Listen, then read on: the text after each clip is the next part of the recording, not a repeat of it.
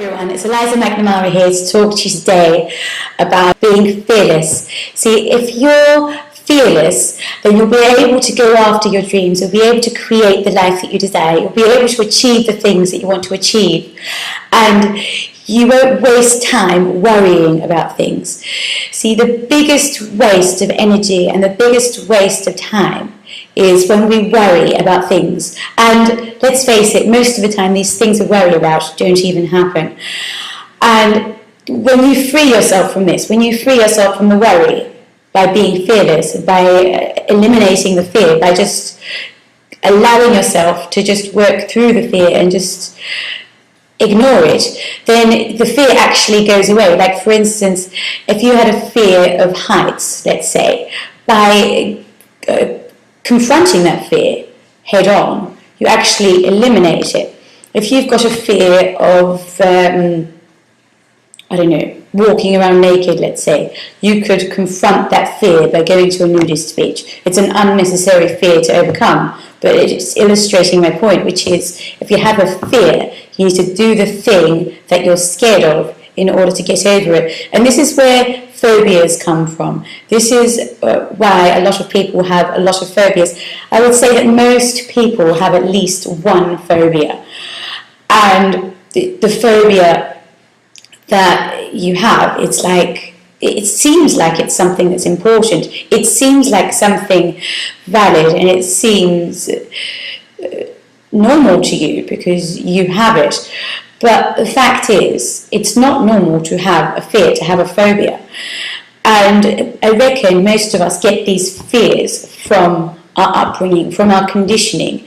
So when you were growing up, if your mum was scared of spiders, you might have taken on that fear. And as an adult, you may assume that being scared of spiders is perfectly normal. But who's to say that it's perfectly normal? Like, a lot of women, for instance, will scream and squeal every time they see a cockroach or a spider or any kind of insect. And a lot of men, when they see the same kind of creature, when they see the same kind of animal, instead of jumping, will put on this macho image and say, oh, I'm not scared. And, you've got to, if you live in Australia, sometimes have some common sense about you. And sometimes fear can be a good thing. If you've got a spider the size of your hand that's lingering over your head, it would be a good idea to be scared and move out of the way. But the point I'm trying to make here is, a man who is scared of spiders will conceal his fear. And by confronting the fact that he's scared of spiders, by confronting the spider, the fear will then go away. And, it doesn't go away completely. Even the most successful, the most confident, the most amazing people on this planet, the people that we all look up to, the people we all think, oh my gosh, if I could just be like that person, then that would be amazing. But see, the difference between the most successful people on this planet and the least successful is the most successful people are willing to confront their fears. They're willing to work through their fears. And you see, your brain is conditioned to operate in old patterns. It's conditioned to repeat the same day, the same lifestyle, the same activities, the same behaviors. And the only way to eliminate this addiction to the past, which is what it is, because your cells, forgive me for getting quite technical, but I think it's important for you to understand this if you're truly trying to create change in your life. Your cells are conditioned to repeat the same behaviors day in, day out. You have patterns, neural networks in your brain. Think of it like taking a road to work. If you try and take a new road to work, what happens? You try and take a new road to work, and all of a sudden you have to try and think of where you are, unless you know the area. And knowing the area could be an example of a behavior that has become ritualized, could be an example of a behavior that you've become used to.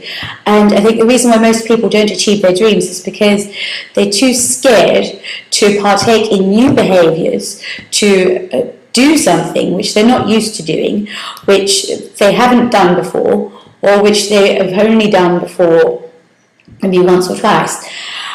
And I think the biggest thing that stops a lot of people is also a negative experience that they've witnessed in another person, or a negative experience that they have themselves had. Like, for instance, if someone's been bitten by a dog, then they may then never stroke another dog.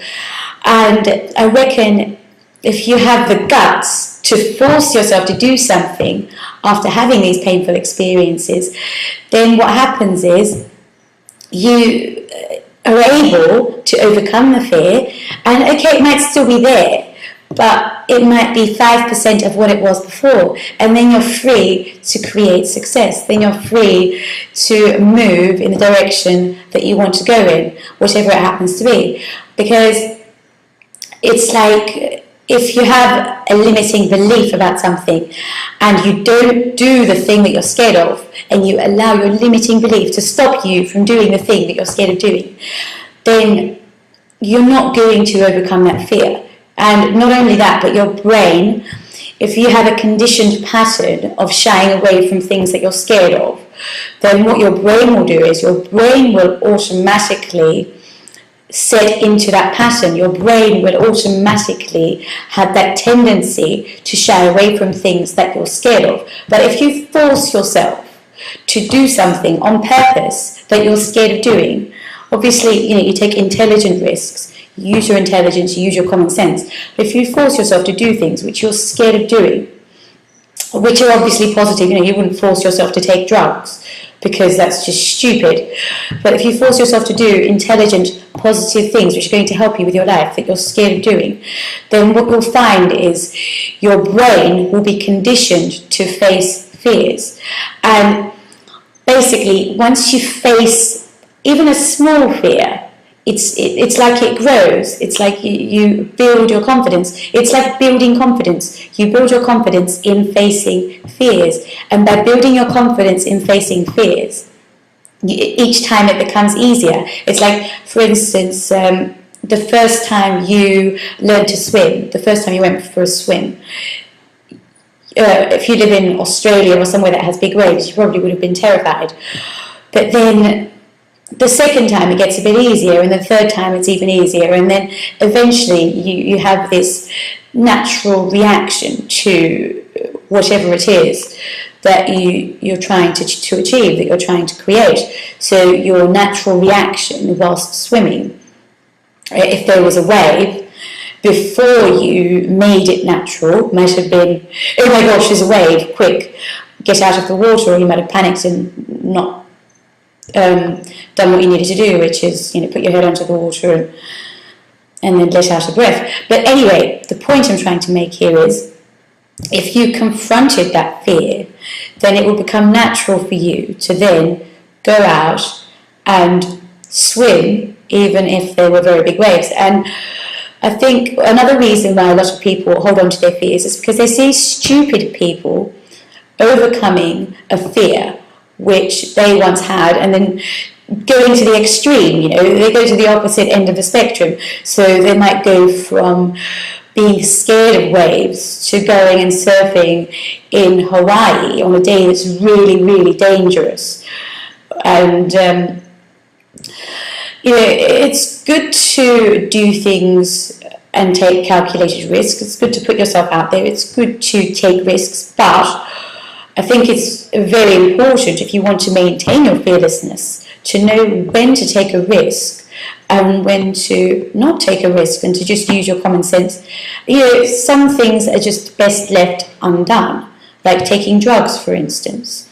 It's completely unnecessary, and you might get some people that are fearless who have an unfavourable personality, because you get two types of fearless people. You get the fearless people who have an unfavourable personality, who may be addicted to drugs, who may overcome their fears in an artificial way by being drunk or by taking drugs. And this isn't a genuine fearlessness. A genuine fearlessness is being able to overcome your fear, to do something you're scared of when you're not intoxicated. Like, for instance, some people are falsely confident, so they're not actually genuinely confident, because real confidence, true confidence, comes from actually being able to go out into a social situation, whether it be a nightclub or a pub or a beach or a park or whatever it happens to be, or a party, and not get drunk and not be on drugs and just be yourself.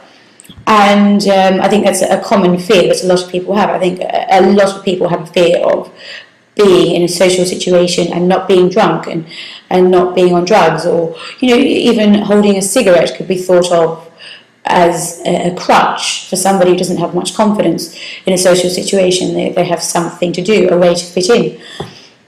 And I would say the most crippling fear that pretty much all of us have is the fear of not getting approval, because we all have a psychological need that runs very, very deep for belonging.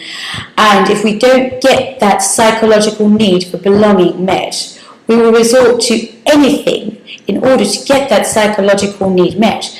And recognizing this is absolutely crucial to your success, because as soon as you recognize that you are participating in behaviors and activities not because you want to, but often because you have a psychological need for belonging, helps you to set yourself free. But most people do not have the courage, again, being fearless. They're not fearless enough to be honest with themselves, so they lie to themselves because they're absolutely terrified of the truth.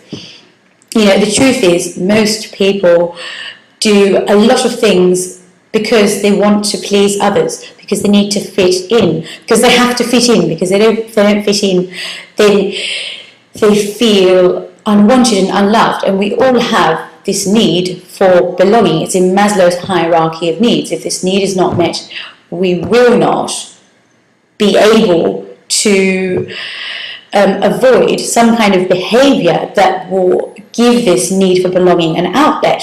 So by becoming conscious of this need, then you can make sure that when you are partaking in behaviors, it's not because you have a fear of not being loved, it's not because you have a fear of not fitting in, it's because you yourself have chosen to partake in that behavior.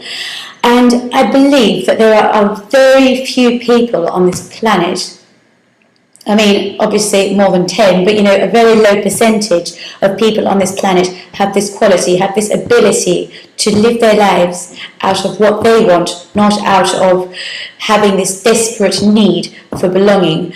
And you'll see it, for instance, two people go on a first date, one person will say they like something, and then the other person will say, oh yes, I really like that too, yeah, that thing's fantastic, whatever it happens to be. Like, it could be a television program that they've never watched before in their life, and they say, oh yes, I love that. And teenagers, I would say, are the worst with this. They're so addicted to approval, and it's really quite scary. And I reckon once you get into your 20s, you go through this process and you become self-aware, or you stay stuck in the pattern of conditioned responses to your social environment. And your social environment, the people you interact with, they care for you, they love you, and they want the best for you. But what they want more than anything, more than wanting the best for you, is for you to fit into their belief system. It's for you to fit into their conditioned way of being. And they're not conscious of this, they're not aware of this. But you'll see, if you start making changes in your life, you'll notice that the people that you're closest to will, and they may not do it in a really obviously malicious way. They might do it in a very discreet way, they might do it in a subconscious way, but you will find, if you're creating changes in your life, unless you're exceptionally lucky and exceptionally unusual, people around you will try to hold you back. And it might just be a comment, it might be something they actually do, but it's something which, if you face, then you can confront them about it in a tactful way, and then you'll find that you'll be able to either let go of them, or they'll grow and they'll learn and they'll improve their lives as well. Because once you start improving your life, once you start improving yourself, once you start moving towards things you want to move towards, the people that you're around will either have to step up to your level, accept that you're on different levels and probably gradually fall away from your life, or lash out and try and block you from achieving what you want to achieve. And being honest with ourselves about this process and dealing with the pain that comes from it is not easy.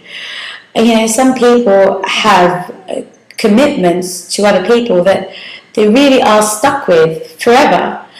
And that is, I think, one of the biggest challenges for most people, because if someone's got 5 kids and they're married and they suddenly start this journey of transformation, how on earth are they supposed to be committed to these changes if they've got 6 people who are against them making those changes?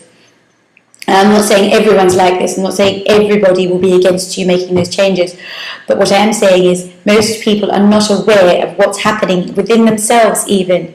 They don't do it consciously. They don't mean to do it. They don't want to hold you back on a conscious level, but they can't help it because they are conditioned to operate the way they did 5 years ago, the way they did 10 years ago. I mean, if you look at most people, their life is very monotonous.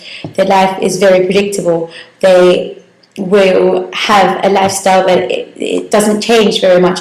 They'll get up at the same time. They'll, maybe with a little bit of variation. They'll go to work via the same route. They will stay in the same kind of occupation, whether they like it or not a lot of the time. They will take holidays to the same locations, they'll fly with the same airline, they'll eat the same foods. And I'm not saying everyone's like this. I'm not saying that every single person on this planet is like this. But I think that most of us have a lot of this in us, and being aware of it, being conscious of it, shines a light on it. It's like if you shine a light on a problem, if you become aware of it, automatically, by becoming aware of it, that problem becomes fixed. And it doesn't fix itself overnight. It's not like, oh my gosh, wow, it's fixed just because I'm aware of it. No, it takes work, it takes time, it takes effort. And that's another reason why a lot of people tend to go back to their old way of being, because it's work. And most people are lazy. Let's face it, most of us are lazy. I'm not lazy, but I used to be. And I think that most people have to have something drastic, something really extreme happen in order to push their life to that next level. Sometimes people have to see someone they love go through something painful. Sometimes people have to actually themselves go through something painful. But I think most people, unless one of those two things happen, unless they see someone they love go through something really, really painful, and perhaps lose that person, or unless they actually themselves go through something painful, I don't think they have enough, most people, not all people, motivation to really make that change. And the terrible thing that happens could just be somebody reaching that point where they're just fed up. Some people get to the point where they're just fed up with a situation, with a circumstance, with their lifestyle. Like a friend of mine, about a year ago, was stuck in a rut, and he was applying for different jobs, and he was living in England, and he was very unhappy with where his life was at, and he reached that point, he reached that threshold, and then it's like once you reach that threshold, once you get to that point where enough is enough, and you've had enough of the old pattern, then you can really make those changes. And the way you bring on that pattern, the new pattern that you want, and let go of the old pattern, is by becoming aware of this whole process. A lot of people manage to make those changes without being aware of this whole process, just by having that point come up, that point, that threshold, that, oh my gosh, enough's enough, I'm going to make these changes, I'm going to create the life that I want. But unless you're aware of it, it can take a lot longer than it really, really needs to. It doesn't need to take that long. It doesn't need to be a long, drawn-out process. Okay, yeah, it takes time to implement changes in your life. It takes time to get used to a new way of being. But if you can be disciplined and you can really focus, this is another thing, you've got to focus as well. If you can focus your mind on the new patterns that you're creating, and also have people around you who are supportive of that, then you'll find that those changes become more natural and more automatic for you. So you don't have to think about it, because every change takes place on the subconscious level before it takes place on the conscious level, no matter what the change is. Whether it's brushing your teeth 3 times a day, or going for a run each morning, or getting up earlier, or whatever it happens to be that you're trying to create in your life. Every single thing happens on the subconscious level before it happens on the conscious level. And the thing that will allow it to happen on the subconscious level, often, if not all the time, is your pain and pleasure associations. You know, like every time you decide to do something, every single day, every behaviour that you take or you don't take, is you're doing it because you either attach pain or pleasure to it. Every behaviour is either a moving towards pleasure or moving away from pain. So, you know, you might say be addicted to junk food, and whilst you're eating the junk food, the thing that's most real to you is the pleasure of feeling good in that moment, of tasting whatever it happens to be. And you're not thinking about the pain of having a bum the size of a double-decker bus. You're just thinking about the pleasure of eating that thing in that moment, regardless of what the circumstances may be 5 years down the track if you carry on eating that thing. But then you get people who are more focused on the pleasure of, say, feeling fantastic and having lots of energy and eating healthy food, and then all of the positive things that come with that, you know, needing less sleep, having more energy, being able to run and be fit and healthy and produce results in your life. And not only that, the most important thing is to feel good. And remembering that we all need to feel good is the number one thing in this whole process. Because if you're trying to create change in your life, and you try to create change by creating pain for yourself, like for instance, let's say you get up at 9 o'clock each day, and you would love to get up at 5 o'clock every morning. You would love to, and it would just be so wonderful for you to be able to get up at 5 o'clock every morning. If you try and force yourself to do it straight away, and you create a ton of pain for yourself, and you end up walking around feeling knackered for days, then it's not going to work, because you're creating too much pain for yourself. In order to create change, you've got to make sure that the process is at least bearable. It doesn't have to be pleasurable, but at least needs to be bearable, unless you have an extremely powerful, motivating force that's driving you towards the thing that you really, really want. You need to make sure it's bearable, because otherwise the change may not happen, or it might take much longer. So if you make it bearable, if you make the change bearable, if you give yourself enough time to make the change, i.e. don't try to lose 50 pounds in 50 days, like these crash diets people are going on, then you'll find that the change will stick. Because better to make a change gradually than to make a change overnight and find that that change is not permanent, to find that change doesn't stick. But when you actually take the time to make the change gradually, and you're patient and you're honest with yourself about where you're currently at before you set a goal, then you can actually create permanent changes in your life.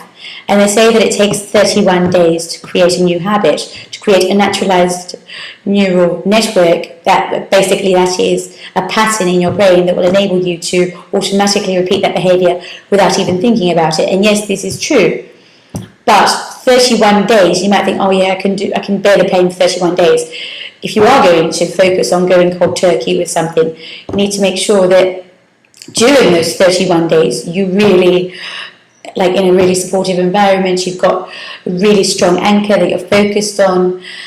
And, for instance, one thing that I use is I read my goals 3 times a day. And I have a good friend of mine who I do this with. So, we email each other, we text message each other 2 or 3 or 4 or 5 or 6 or 7 times a week to keep each other updated on how we're going with our goals. So, having a support network in place is huge, because if the people around you are against the changes you're trying to make, good luck. Really, good luck, because you need support. You really do. You need support. And I like to be positive. I like to think positively. I like to think positively, and your thoughts are your reality. Your thoughts create your reality. If you think you can or you think you can't, you're right.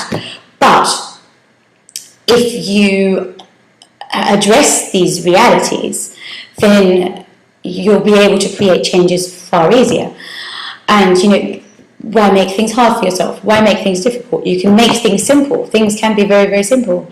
They don't need to be hard. So you create a support network. If you don't have supportive people around you who are encouraging you to create changes in your life, then go find them.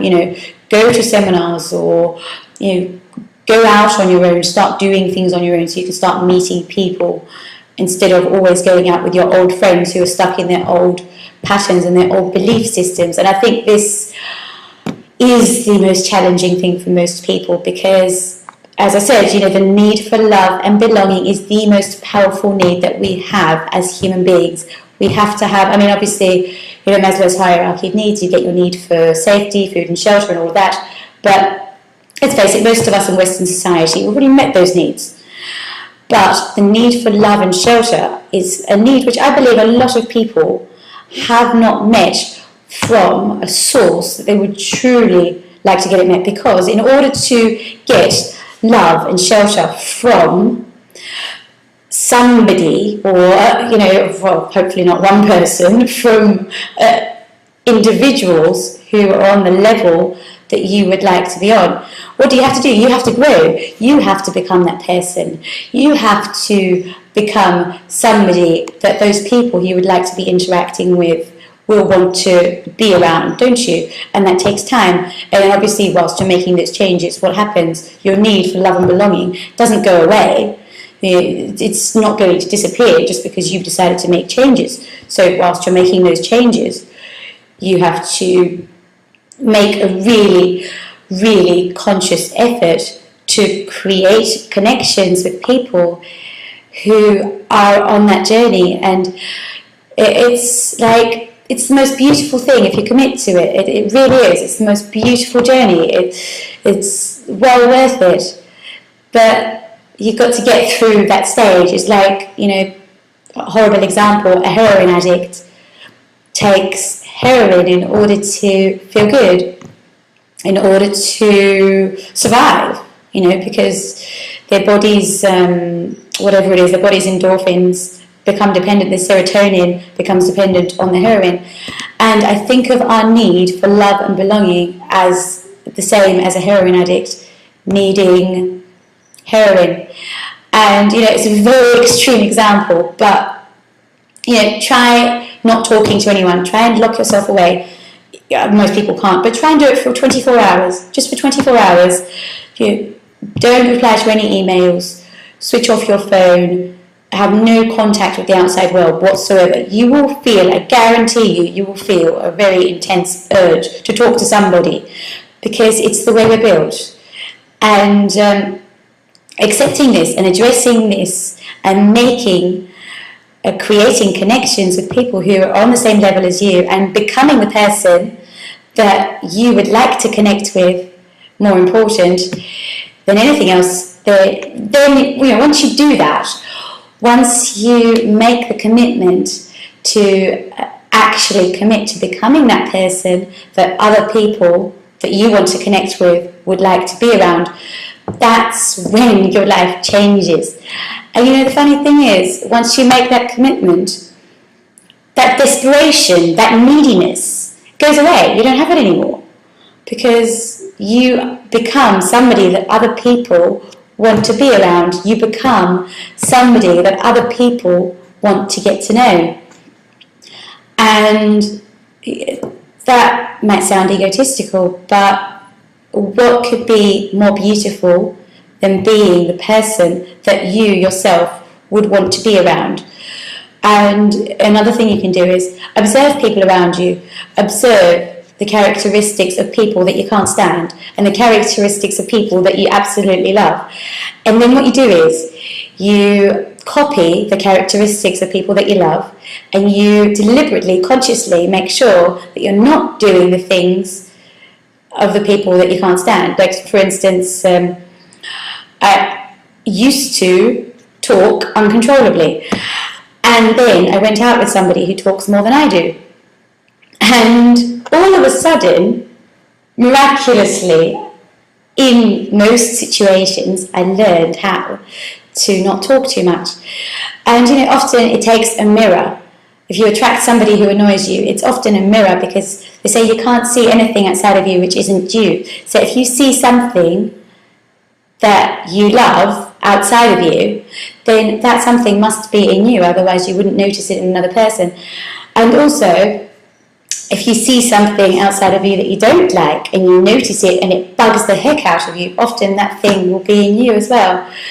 So, instead of judging another person for having this characteristic, instead of blaming, instead of, getting angry or anything, what we can do is say, do I do this thing that this person's doing that I can't stand? And having this attitude towards other people, having this attitude of deliberately copying the positive characteristics and deliberately not doing the negative characteristics, I believe is the very first step to overcoming fearlessness, because then what happens is you drop the judgment. You stop judging people stop judging you. And when people stop judging you, you drop the ego. And it's the ego that's afraid. It's the egotistical part of us that wants to appear perfect. It's the egotistical part of us that wants to feel important. And you get two ways of feeling important. You get a negative way of feeling important, such as maybe smoking a cigarette because all your friends are smoking a cigarette, and you get a positive way of feeling important.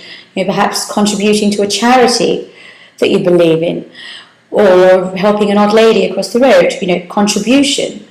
And once you drop your ego, you're more free to contribute to society and to get in touch with the things that you're truly passionate about and truly be yourself. Because you can only really be yourself once you let go of your ego, because if you're caught up in your ego, how can you be yourself?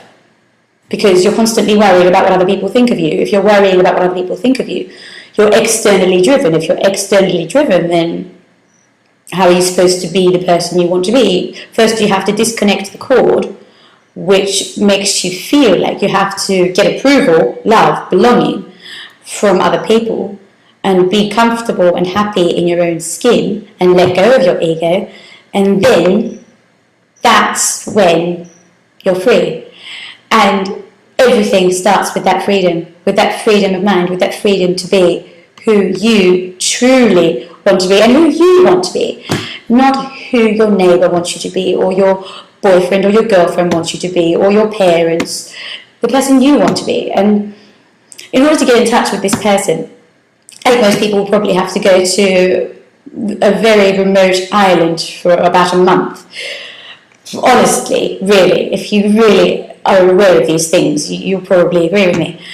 And, I'm not talking about everybody, I'm talking about most people. So, if you really want to be successful, if you really want to achieve the things that you really want to achieve, be honest with yourself. Get in touch with who you really are. Stop being externally driven. Let go of your need to be wanted by others, and transform that need into a need to become the person that you truly want to be. Because once you become the person you want to be, you'll be happy within yourself. And you'll still have challenges, you'll still have your good days, you'll still have the odd moment or two where you might feel, oh gosh, I'm tired or whatever, but you'll be so much happier. And I can't possibly put that into words. It's a feeling of just absolute bliss, and you can't describe it. You have to go through it. You have to experience it. It's a process. You have to go through this process in order to really, really, truly understand what I mean. So, you've got to be committed if you're going to go through this process, and you've got to fix your pain and pleasure associations. Be willing to put in the work, and then you'll find that your life will be the way that you want it to be. And not exactly. Some people have it exactly, but I think if you were to interview the people who you feel are the most successful people on the planet, you would find that they would have things they're not happy with. And they're happy, they're still happy within themselves, but obviously there's always going to be something which you would like to change, something which you're changing and something which you're progressing and moving through, always. A final example before I go. There's this lady and she's working for this company, and she's hoping that by going to this party she's going to get a promotion. She's hoping because all of the top people in her company are going to be there. And the person who's above her, she gets to the party and she's really nervous and she really wants to make a good impression and she really wants to impress this person. So she talks to them and she asks them what she needs to do to be really successful. And then, straight after she asks them what she needs to do to be really successful, they tell her and she listens. Then she goes and she eavesdrops whilst the person who's in charge of her talks to the person who's in charge of him. And the funny thing happens. The person who is above her boss tells him the exact same thing. And it's funny, it's like a triangle. Then the person, so the boss's boss, right, is now talking to the person who is above her boss. And he asks him, he says, what can I do to be really successful? And they tell them the same thing. And I believe that thing, that secret that we're all looking for is being yourself, finding your passion and focusing on it, whatever it happens to be. But in order to find your passion, obviously, first you've got to let go of your ego. So it's really quite simple, really. It's not complicated. It sounds complicated, but it's far more simple than we like it to be. There isn't a secret. The secret is in focusing on your passion, whatever it happens to be, and allowing that to come through and allowing your light to shine, the light of who you truly are, to shine in every moment, and never pushing on an act, never lying to yourself or to others about who you truly are. Just making sure that that's your absolute top priority, to have absolute integrity, to have absolute self-honesty. And they say that you can't lie to yourself, and I think most people are, really. So take a look at yourself, take a look at how you're living your life, what you're doing, who you're surrounding yourself with. Is that who you truly are, or have you settled because of your need for love and belonging, which is driving your life? Because you have a choice. You can be fearless and you can let your love for yourself, sounds egotistical, but you can let your love for yourself and your respect for yourself and your respect for others as well, because you've got to be genuine, drive you to where you want to be. Or you can fake and pretend and put on masks and not be happy.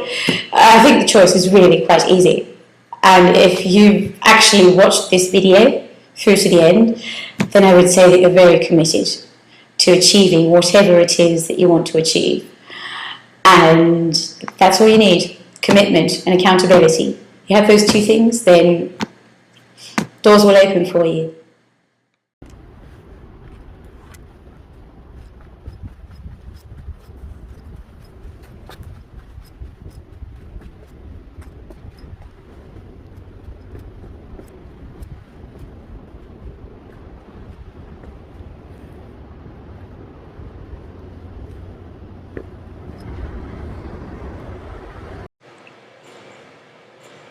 Hello everyone, it's Eliza McNamara here to talk to you today about true success. So you have true success and you have superficial success. You have success that comes from within you, that makes you feel full, that makes you feel whole, that makes you feel good within yourself. And then you have success that is hollow and empty and just makes you feel like, what was the point? And I think this is a trap a lot of us fall into. We end up rebelling against what we truly want to achieve, because we feel like other people have expectations of us that we're not meeting. And because these people have these expectations of us that we feel we're not meeting, instead of stepping up and moving towards the outcomes that we truly want in our life, if we're caught up in rebellion, this goes back to teenage years, we can actually end up sabotaging our own success, because there's this little kid inside of us, and the little kid inside is saying, no, I don't want to do this, I want to do what I want to do, and I'm going to do things because I want to do them. So basically the point I'm trying to get at is, unless you are achieving something and being driven by the need to achieve it because it's something which you want, whether you want it or not is irrelevant, unless the drive is coming from the fact that you want it, you're not going to be able to move congruently forwards, because you're going to have that little child inside of you. It's going to be saying, well, actually no, I don't have to prove anything to anybody. And, conformity is something which runs a lot of people's lives, and it leads a lot of people into dead-end jobs, into unhappy marriages, into all sorts of situations that they would rather not be in. And I think that's incredibly sad and incredibly unnecessary, because at the end of the day, if you're being true to yourself, and if you actually do things because you want to do them, you'll be happy, and you'll be a positive influence, and you'll be nice to be around. It's always nice to be around somebody who is true to themselves, and true to those around them. It's lovely to be around that kind of person, because they just have this genuineness about them. They have this spark. They're like a diamond, because so few people are like that.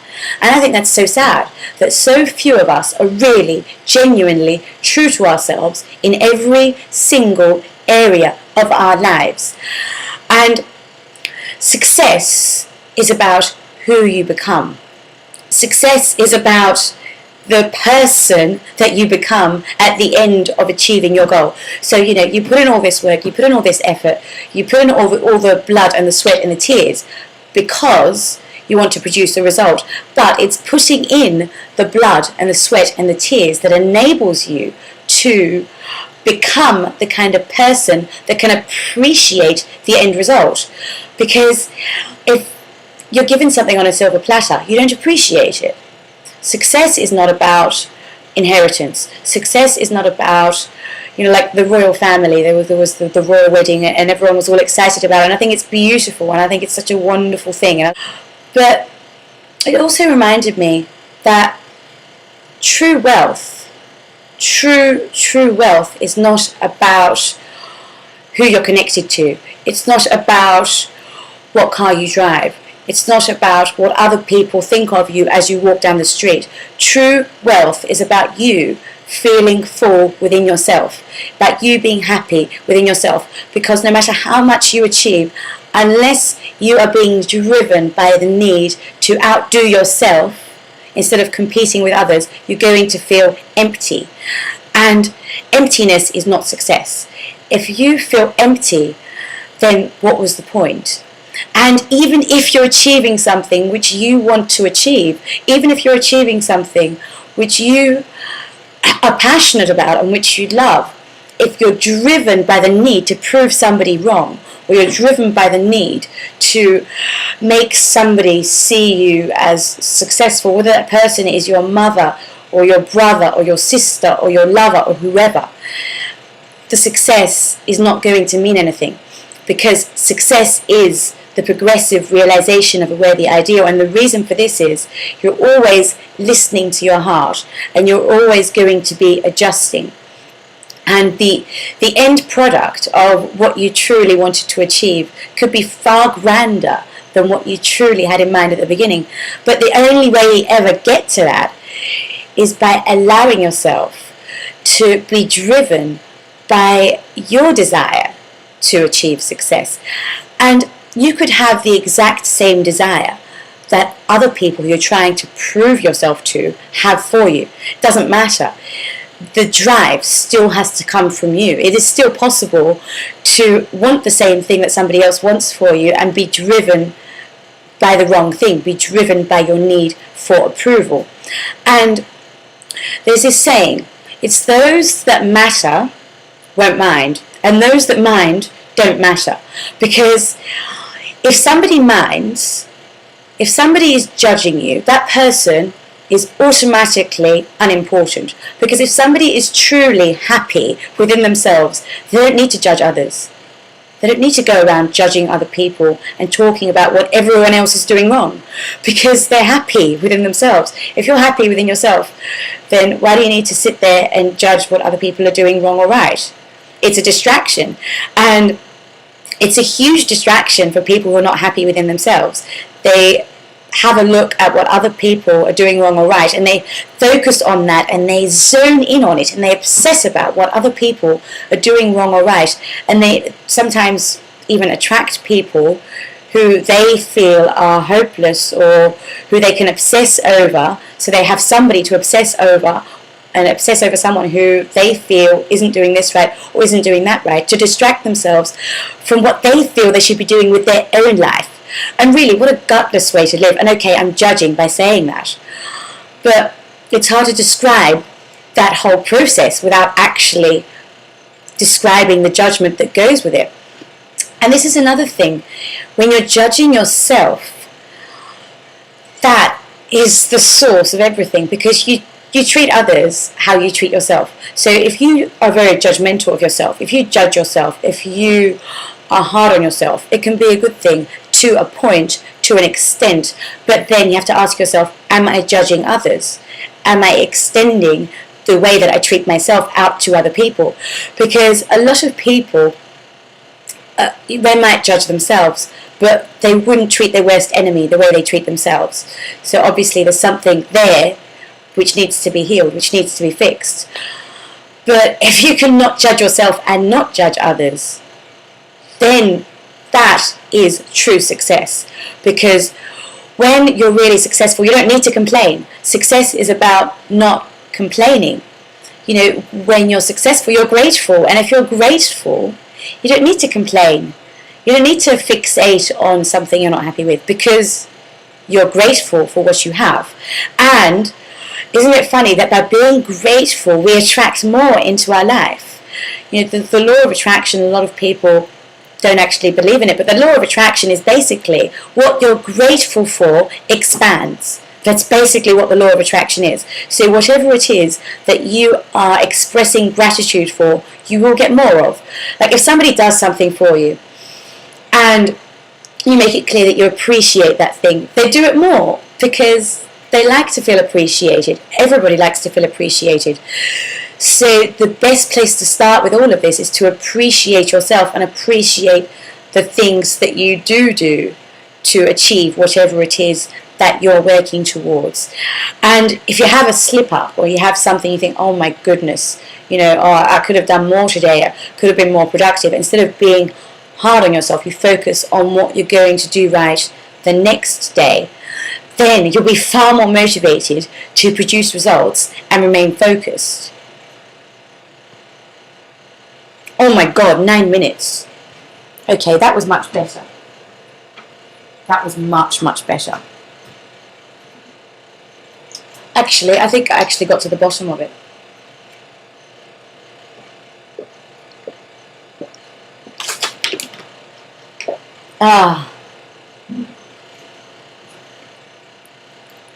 And how hard it was for me to record this video was a reminder for me of how much I've been caught up in seeking approval from others, in worrying about what other people think. And when you stop worrying, when you stop caring about what other people think, a funny thing happens. Suddenly, oh wow, who is that person? Oh, that person's so cool. And they start talking about you in a positive manner, because there's nothing more attractive than a person who doesn't care about what other people think. And not in a rebellious way. This is the key, right? You don't not worry about what other people think in a rebellious way. You don't worry about what other people think because you're happy within yourself and you have no need to seek approval from anybody. So, you know, if you make an effort with something, whether it's your job or whether it's your appearance or whatever, if you make an effort with it, it's because you feel like it, not because you're waiting to see what so-and-so is going to say, or because you want people to stare at you when you're walking down the street. It's because you yourself feel like doing it, because it makes you feel good. Because let's face it, it does make you feel good if you achieve something, you know, if you make loads of money because you've achieved a dream, or if you look nice, or you're fit and you're healthy, or whatever, right? All of these things, they can be quite egotistical at times, but the way to stop it from being egotistical and to make it come from here, from your heart, is by making sure that you're driven by your need to prove yourself to yourself. And it's very easy to see if you're being driven by your need to prove yourself to yourself. You just look at how you interact with other people. You know, if you interact with people in a way that's not self-serving, or you interact with other people in a way that's not completely genuine, or you interact with other people in a way that consumes too much of the conversation with phrases that describe how fantastic your life is or how much you're achieving, then you know that you're being driven by the wrong thing. You know, like for instance, when you talk to somebody, do you feel like you've got to talk about yourself and how great you are, or do you focus on them and what they're achieving and how amazing their life is? Because a lot of people get into these conversations and someone will be like, oh, well, you know what? Well, I bought this car and it goes whatever miles per hour it goes, and it's got this feature and it's got that feature, and the other person will go, well, actually mine's got this and mine's got that and mine's got that, and they start competing with each other to see who can have more on a materialistic level. And it's great to have material things, but not because you want to outdo somebody else, because you want it, because it's something that you want, not because you want to impress somebody or anybody, because you yourself want it, because you've decided that's something which is going to make your life more enriched, which is going to make your life more fun, or whatever it is, you know, it's going to give you more enjoyment. And it's really important to stay in touch with that and to remember that, and to really ask ourselves, what am I being driven by right now? Because even if you're achieving something which you want to achieve and the other person you're trying to prove yourself to wants you to achieve, you can still get caught up in a trap that will leave you feeling empty, because it's not about proving yourself, it's about being yourself. And when you focus on being yourself, you prove yourself naturally. It's like when somebody is proud of who they are and they're confident in who they are and they don't care about what other people think, they achieve more, because that energy that was going into worrying about what other people were thinking is then freed up to be put into their passion, their dream, their thing that they love to do. And that is the secret of success. Freeing up that energy that can get caught up in ego or judgment, or what does this person think of me, what does that person think of me, who cares? It doesn't matter, because the bottom line is, if you follow your heart, then you're going to be happy. And obviously you've got to make sure that your dream is a dream that is going to provide value for society. So, you know, you might have 10 dreams, you might have 20 dreams, you might have 50 dreams. You've got to pick something and pursue it in a way that's going to enable you to provide value for others, so you can be rewarded as you're doing something that you love. I think that's where most people trip up. And you know, that can be addressed just by being consciously aware of this fact. It's that simple. It's so simple. And I'm so glad I recorded this video, because it really illustrated for me how important it was for me to get over my need for approval and just get into doing what I love because I want to. Not because I want to impress my mum or my dad or my neighbours or whoever, because I want to.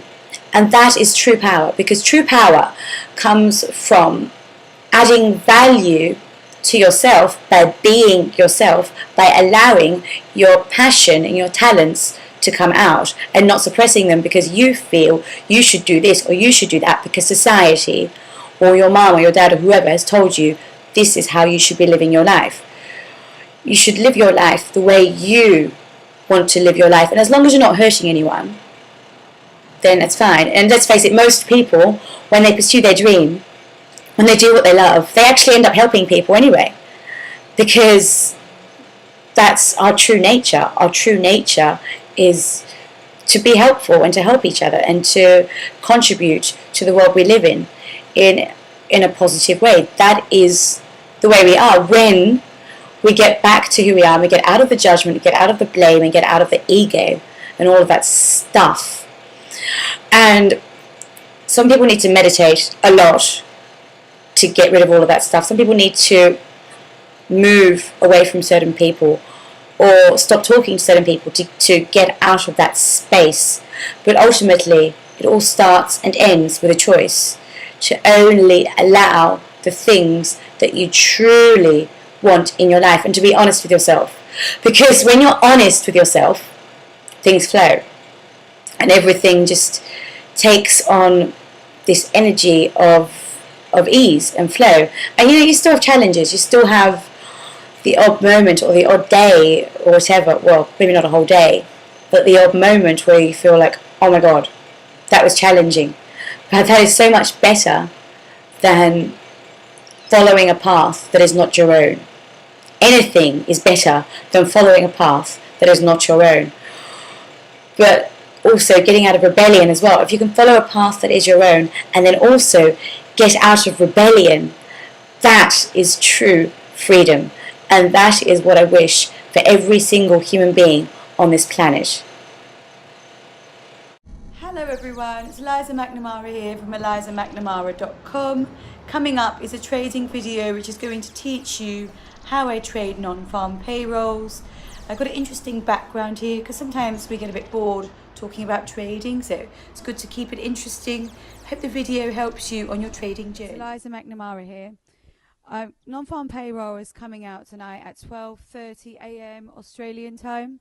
Unfortunately, I can't do this live because my broker will not allow you to place a trade on non-farm payroll unless you place an order a few hours before. So I can't show you how much the market moves when non-farm payroll figures are released. But if you join my trading room, we can do this every single week. It comes out at 1:30 p.m.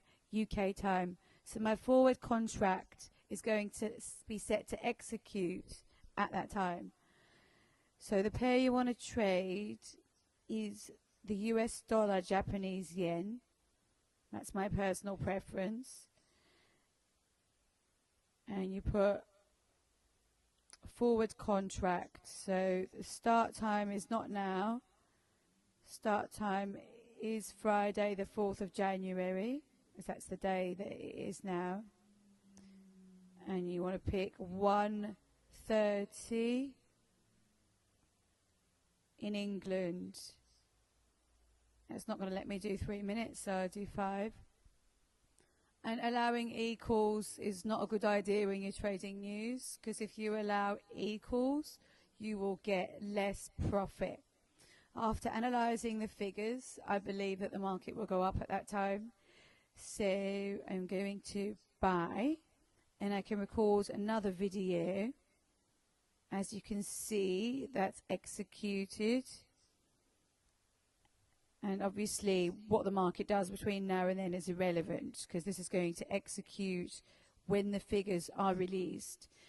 And the good thing about placing an order is it's not going to be affected by any gap or spread, because it's going to be executed automatically. So we'll come back later and I'll show you the outcome.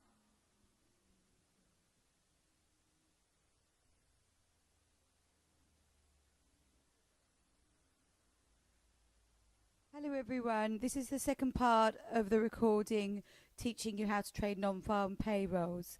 So the trade executed at exactly 12:30 Australian time, which is 1:30 in the afternoon in England, and that was on the American unemployment claims and all the employment data for people that are not working on a farm. As you can see, the market did what I thought it was going to do. It went up the second that news came out, and as you can see, I made $87 from that trade, and it took me about 5 minutes, including analyzing the market and placing my trade, because I was asleep when this happened. So if you want to learn how you can make money when you sleep, then you can sign up for my trading room. And that's all you need to know.